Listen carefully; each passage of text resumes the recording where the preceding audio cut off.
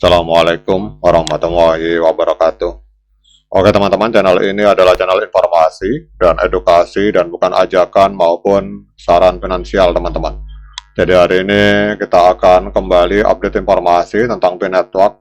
Namun seperti biasa, sebelum kita berbicara tentang P-Network, mari hari ini kita berdoa bersama-sama memohon pada Allah agar kita semua senantiasa diberikan nikmat berupa kesehatan dan juga diberikan keberkahan dalam setiap rezeki yang kita terima pada hari ini teman-teman. Oke teman-teman, bagi jutaan pionir, bagi jutaan pengguna P-Network di seluruh dunia yang akrab disapa dengan sebutan pionir, rutinitas menekan tombol petir di ponsel pintar adalah bagian dari harapan besar masa depan finansial digital mereka. Jadi core team terus meluncurkan berbagai pembaharuan teman-teman. Jadi terus meluncurkan berbagai pembaruan protokol dan kampanye kreatif untuk menjaga ekosistem ini tetap hidup dan berkembang teman-teman. Namun dinamika terbaru di dalam komunitas menunjukkan adanya ketegangan yang cukup hebat. Jadi pengumuman program terbaru dari core team justru memicu gelombang kekecewaan dan kritik pedas dari para pionir. Jadi banyak pionir yang mendesak manajemen untuk mengubah total prioritas kerja mereka sebelum melangkah terlalu jauh ke program-program baru teman-teman. Jadi mari kita bedah situasi terkini P-Network secara mendalam, santai, dan realistis agar Anda yang awam sekalipun dapat memahami apa yang sebenarnya sedang terjadi di balik layar teman-teman. Jadi baru-baru ini P-Network meluncurkan sebuah inisiatif besar yang berfokus pada pemanfaatan teknologi terkini, yaitu kecerdasan buatan atau artificial intelligence teman-teman. Jadi melalui program ini core team mengajak para penggunanya untuk ikut berkontribusi menumbuhkan ekosistem dengan cara mengundang para pengembang kode yang mereka sebut sebagai vibe coder untuk memasukkan aplikasi berbasis artificial intelligence mereka ke dalam jaringan distribusi nyata milik Pi melalui platform yang bernama Pi Aplikasi Studio teman-teman. Jadi tim pengembang Dr. Nicholas Kakalis dan kawan-kawan mengingatkan bahwa para pembuat kode ini tidak perlu pusing-pusing membangun sistem dari nol. Jadi aplikasi AI yang sudah mereka buat menggunakan platform populer seperti Codec, Cloud, Replit, Cursor, atau Lovable itu bisa dikonversi menjadi aplikasi Pi dengan mudah teman-teman. Jadi sebagai timbal balik, P-Network menawarkan keuntungan raksasa bagi para pengembang tersebut. Yang pertama, akses langsung untuk terhubung dengan jutaan pionir yang sangat aktif di seluruh dunia. Kemudian sistem verifikasi identitas yang aman dan ekosistem utilitas Pi yang sudah matang dan siap pakai teman-teman.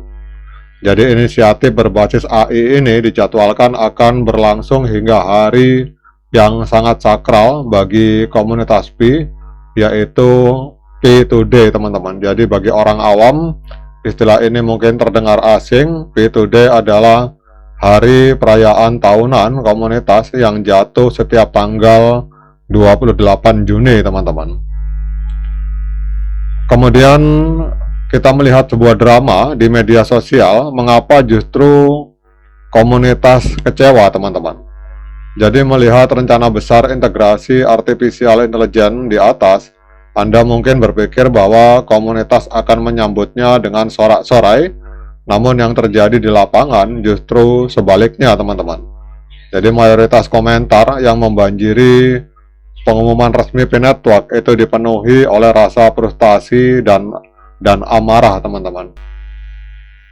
Nah kemudian pertanyaannya, mengapa para pionir justru malah marah teman-teman? Jawabannya sederhana, yaitu masalah mendasar yang belum selesai teman-teman.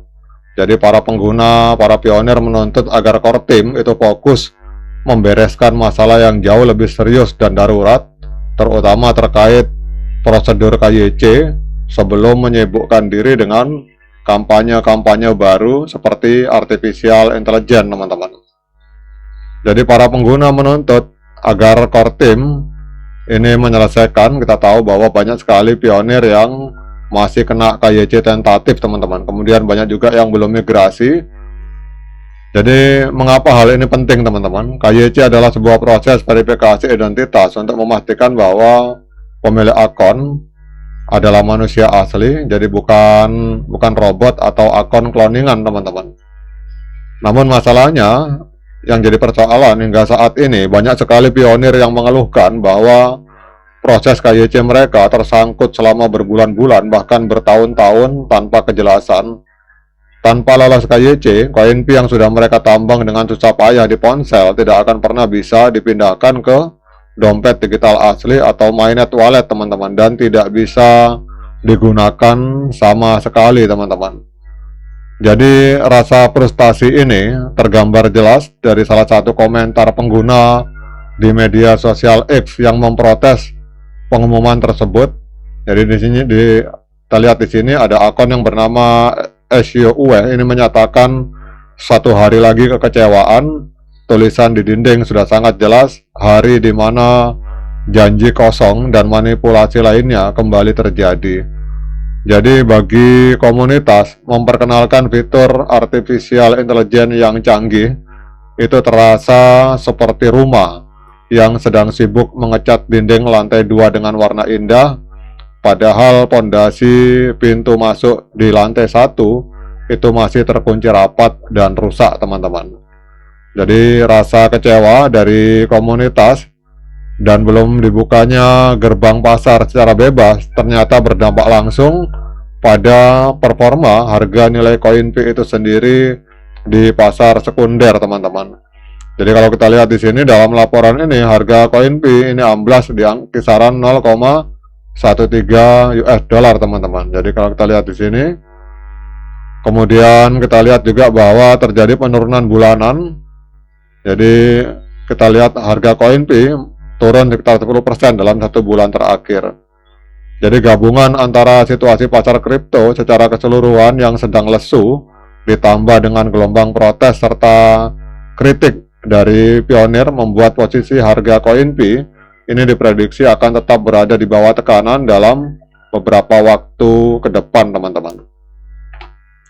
Jadi kalau kita melihat, teman-teman, bahwa saat ini perhatian seluruh komunitas dunia itu tertuju pada tanggal 28 Juni yang akan datang. Para pionir menaruh harapan besar bahwa momentum P2D tersebut akan membawa pembaruan ekosistem yang benar-benar bermakna dan krusial, seperti perbaikan sistem KYC massal atau kejelasan tanggal pembukaan jaringan terbuka open mainnet yang pada akhirnya mampu mendongkrak tren naik bagi harga koin Pi.